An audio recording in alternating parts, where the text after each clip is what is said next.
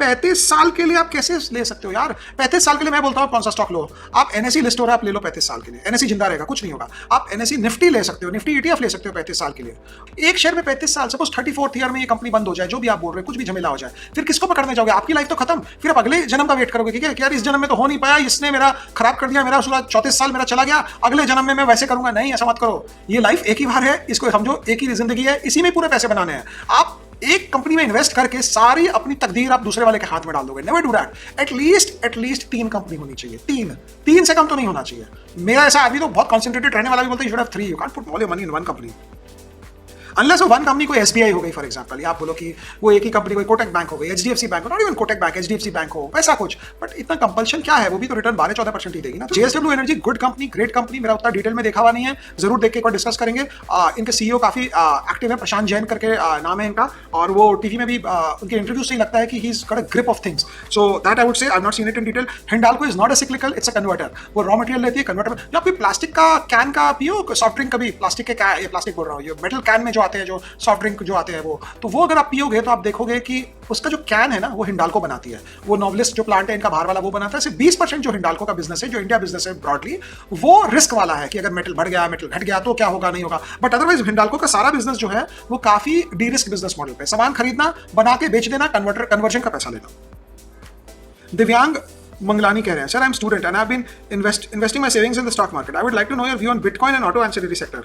Your teachings are very. देखो bitcoin अच्छा है, लेकिन इंडिया से बिटकॉइन मत करो तो फायदा रहेगा। टैक्स वैक्स ये वो झमेला झंझट, और फिर अभी बिटकॉइन जो इन्वेस्ट कर रहे हैं उनका ये थ्योरी है कि बिटकॉइन का कोई फ्यूचर नहीं है, ये नहीं है, वो नहीं है। तो आप नीचे से देखो बिटकॉइन भी 50% बढ़ गया, बाकी चीजें भी उतनी बढ़ी, और घटा बिटकॉइन कोई एक्स्ट्रा नहीं घटा था। But I would not suggest you to कि आप बिटकॉइन करें।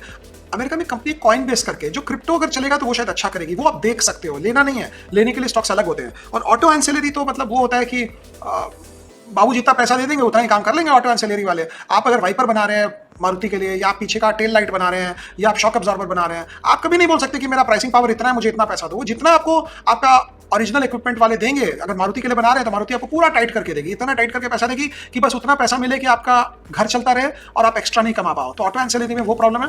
कुछ ऑटो एंसिलरी डिफरेंट होते हैं, जैसे टायर कंपनी, उनका रिप्लेसमेंट डिमांड भी आता है। जैसे बैटरी कंपनी, उनका रिप्लेसमेंट डिमांड आता है। टायर कंपनी से सीएट हो गई, बैटरी कंपनी से लास्ट ईयर लोग किए थे, अमर राजा किए थे। एक्साइड तो इधर उधर हाथ मारने चले गए तो प्रॉब्लम है।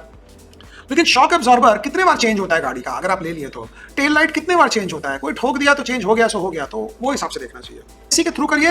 एसएलबीएम बोलते हैं हम लोग, securities lending and borrowing mechanism चलता है, वो बिल्कुल सेफ है। आपका रुपया, आपका शेयर बिल्कुल एनएसई के थ्रू जाता है। किसी ब्रोकर को प्राइवेटली लेंड मत कर देना कि एक बार दे दो हम वापस रिटर्न कर देंगे, वो प्रॉब्लम हो जाएगा आपका। लेकिन अगर आप एनएसई के प्लेटफॉर्म से जा रहे हैं, एसएलबीएम प्लीज गूगल करें, सर्च करें, आपको मिल जाएगा सिक्योरिटीज लेंडिंग बोरोइंग मैकेनिज्म। वो एकदम करते रहे और जो पैसा मिले सो ठीक है, तो बैठे बैठे कमाइए। उसमें एक प्रॉब्लम है। प्रॉब्लम ये है कि सपोज मैंने मेरे पास डीमार्ट है, 3500 का प्राइस है, मैंने लेंड कर दिया वहां पे, राइट, और प्राइस हो गया 5000, मैं बेच नहीं पाऊंगा क्योंकि वो एंड ऑफ द साइकिल पे ही शेयर वापस आएगा मेरे पास, अनलेस हम बाजार में जाकर वापस खरीदें।